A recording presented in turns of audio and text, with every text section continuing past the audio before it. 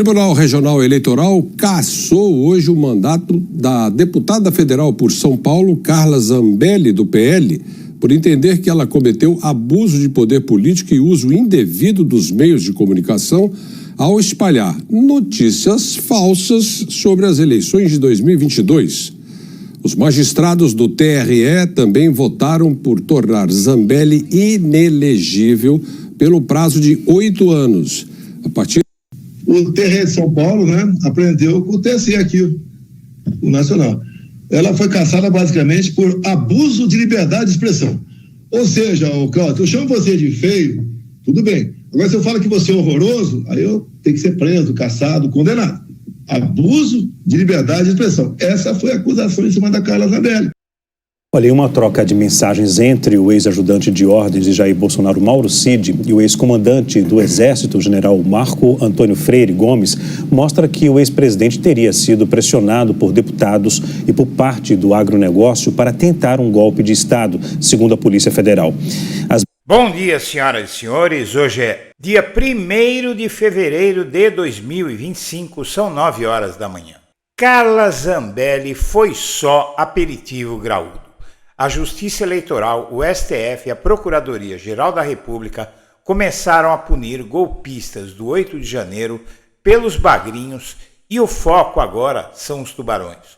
Os tubarões que participaram do plano golpista de 2022-2023 e têm mandato, e os tubarões muito endinheirados que cumprirão o mesmo roteiro, a começar por Bolsonaro: cassação de mandato e elegibilidades, e em seguida ações penais. Não sobrará nenhum deles.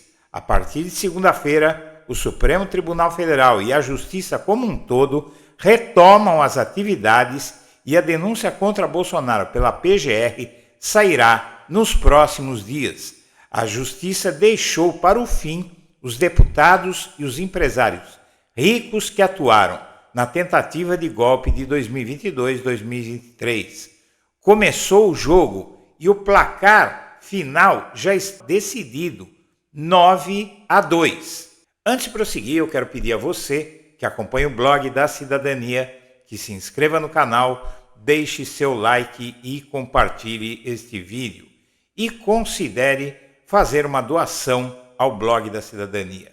Nós que nunca incomodamos nosso público com esse tipo de pedido, agora apelamos a você, não em benefício do canal e de quem o comanda, mas em benefício do público que nos acompanha, porque queremos atualizar equipamentos e montar uma estrutura melhor para fazer um canal cada vez melhor para você. E vamos em frente. Minha amiga, meu amigo, a turma no STF que vai analisar a denúncia contra Bolsonaro vai ampliar o número de sessões no mês de fevereiro. Veja, a Corte encerra o recesso do Judiciário nesta segunda-feira, dia 3, e retorna em meio à expectativa de que a Procuradoria-Geral da República ofereça a denúncia contra o Bolsonaro nos próximos dias. O Supremo volta a trabalhar na segunda-feira, junto com o Congresso, que vai ter a eleição dos presidentes da Câmara e do Senado hoje, e o Bolsonaro, os outros 39 investigados, e também agora deputados golpistas e empresários endinheirados vão estar todos nessa ação penal. E o STF e o sistema de justiça brasileiro já mostrou que não vai ficar nenhum de fora. Todos eles, cedo ou tarde, vão começar a responder pela tentativa de golpe. E a Carla Zambelli é só mais uma. Ela ainda tem ações, além de ter sido cassada, ela ainda tem ações no Supremo, como, por exemplo, a tentativa de hackear o STF, né, de contratar um hacker, e falas golpistas como essa, de incitação à tentativa de golpe. Ela está sendo cassada por ter, entre outras coisas, pedido que os generais dessem golpe, pediu abertamente, gravou um vídeo que eu exibi no programa de ontem, no Primeiras Notícias de ontem, pedindo aos generais que dessem um golpe. Muito bem, minha amiga, meu amigo.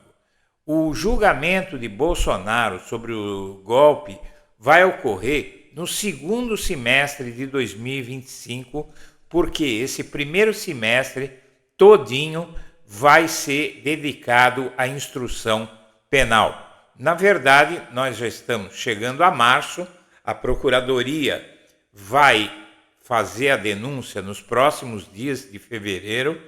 O STF tem, depois entra o Carnaval, o STF vai ter mês de março, abril, maio e junho para decidir. Na verdade, vai até março mesmo, né? Vai ter o mês, uns 3 meses aí para fazer o processo para que seja aberta a ação penal contra todo mundo. São dezenas de pessoas, não é só o Bolsonaro. O que é preciso que todos entendam é que esse processo não envolve apenas o Bolsonaro. Tem todos os tubarões graúdos e vão entrar nessa dança no STF e na denúncia da PGR também deputados golpistas, financiadores do agronegócio e de outras instâncias da vida industrial, empresarial brasileira que vão entrar nesse processo por ter financiado o golpe, mas, sobretudo, muitos parlamentares, tem o Gustavo Gayer, que está sendo já investigado pela Polícia Federal, todos esses, os tubarões, os graúdos, chegou a vez deles. O julgamento vai ocorrer no segundo semestre, volta em agosto o STF, do recesso de julho, e já volta com o julgamento marcado. Começando o julgamento, aí é relativamente rápido, porque cada ministro já vai ter seus votos preparados e eu estimo que lá para agosto o julgamento do Bolsonaro ocorra no Supremo, num período aí de, no máximo, uns 15 dias. Não passa disso, porque cada ministro apenas vai ter que proferir seus votos. Eu acho que 15 dias é muito. E depois aí o Bolsonaro vai fazer a sua defesa, ele vai fazer os seus recursos, a defesa dele, não é? Vai fazer os recursos, vai declarar um pedido de embargo infringente e embargos declaratórios, que são 2 tipos de embargo que são sempre pedidos na última instância e que esclarecem dados que possam ser considerados pela defesa obscuros no processo, mas eles não têm o condão de mudar a decisão final que vai ser conhecida num acórdão que o tribunal vai fazer. Vai haver a dosimetria das penas para toda essa gente. Isso deverá tomar todo o segundo semestre desse ano e, muito provavelmente, no começo de 2026, vai ser pedida a prisão de todos eles, a começar pela do Bolsonaro. É um processo longo, mas é um processo legal. A lei manda que seja assim. E, na verdade, nem é tão longo. Há ações penais que duram muito mais tempo. E vamos em frente. Nos estados já começam a haver condenações diversas. Os episódios de violência registrados após as eleições de 2022, na esteira dos atos de caráter golpista liderados pelos apoiadores do Bolsonaro, resultaram em denúncia em ao menos 3 estados, além de condenações com penas que superam 15 anos. Os atos incluíram ações com homens encapuçados e armados, uso de bombas caseiras, depredação de caminhões e ataque com tiros à sede de um site de notícias. Também houve ataques a agentes da Polícia Rodoviária Federal e tiros contra motoristas que tentaram furar bloqueios. As manifestações atingiram seu ponto crítico no final de novembro de 2022 e, na época, bolsonaristas cobravam as Forças Armadas para que promovessem um golpe para impedir a posse de Lula.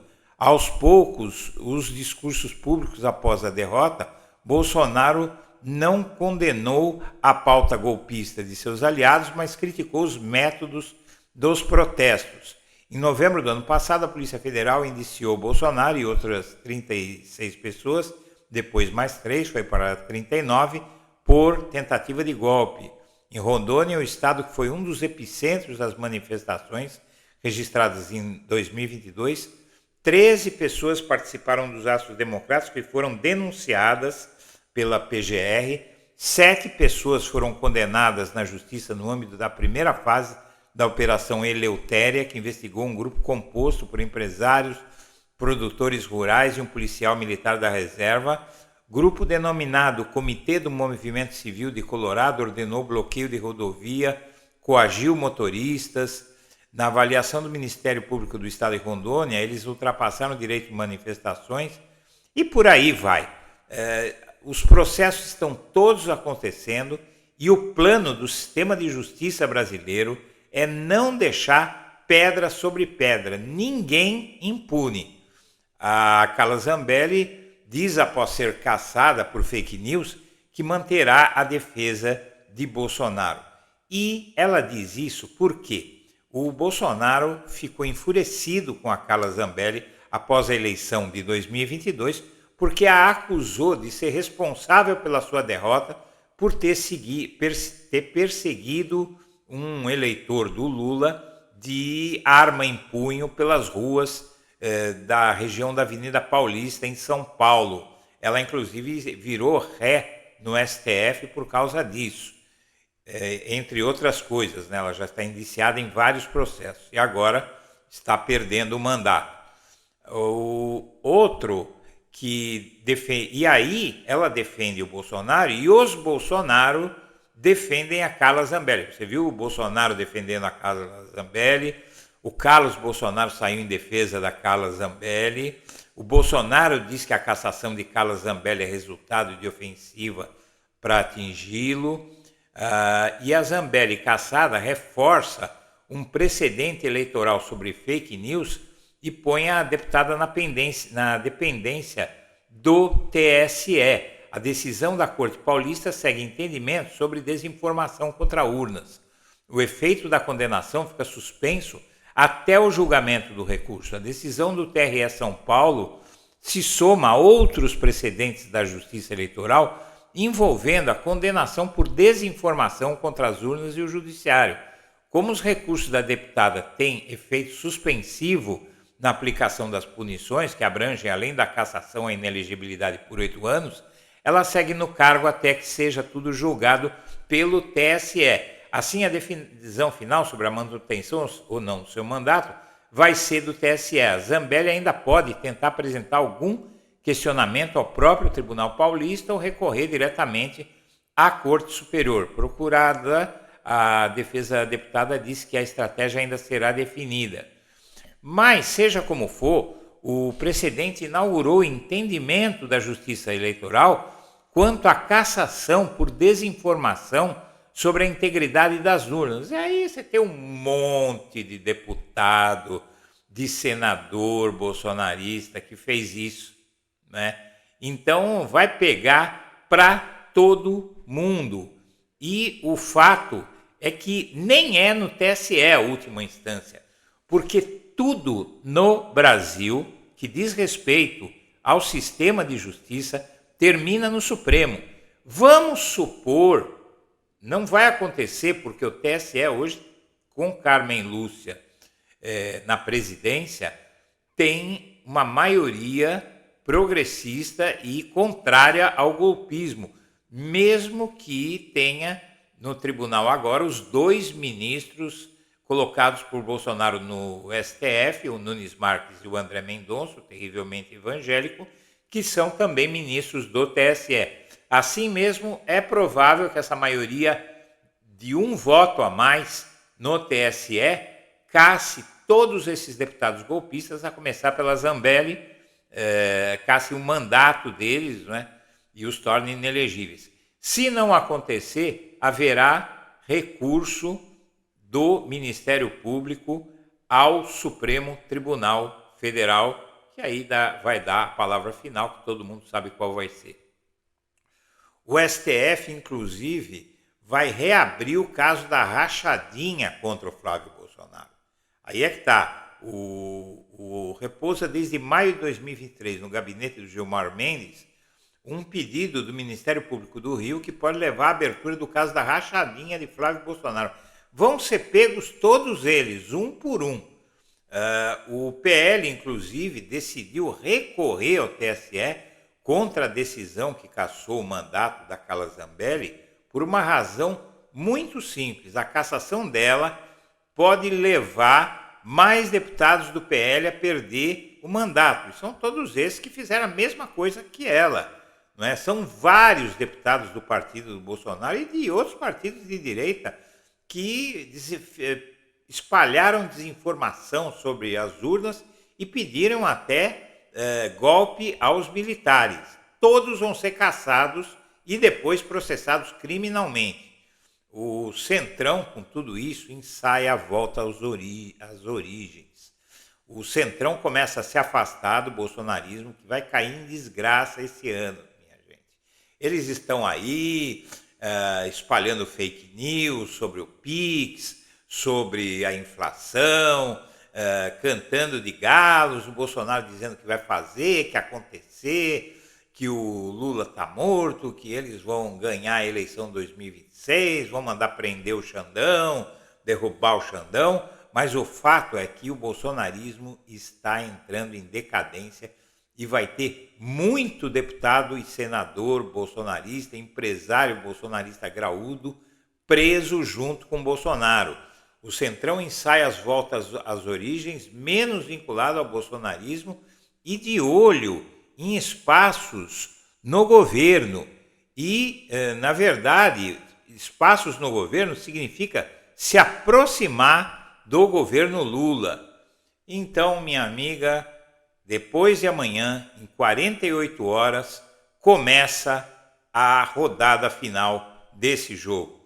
Finalmente chegou a vez dos tubarões após os bagrinhos serem todos engaiolados. Senhoras e senhores, eu agradeço a atenção e deixo meu abraço para todo mundo.